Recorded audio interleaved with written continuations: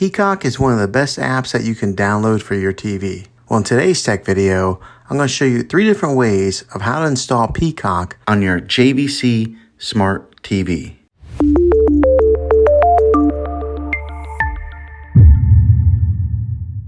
It can be really frustrating if you want to watch some of the great content that is on Peacock and you find that your TV is unable to download it. If your TV is an older model of smart TV, then it could prevent you from downloading this app.